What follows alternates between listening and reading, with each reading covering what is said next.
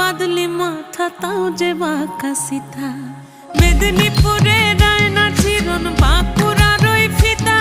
আর যতন করে বাঁধলি মাথা তাও যে বাঁকা সিথা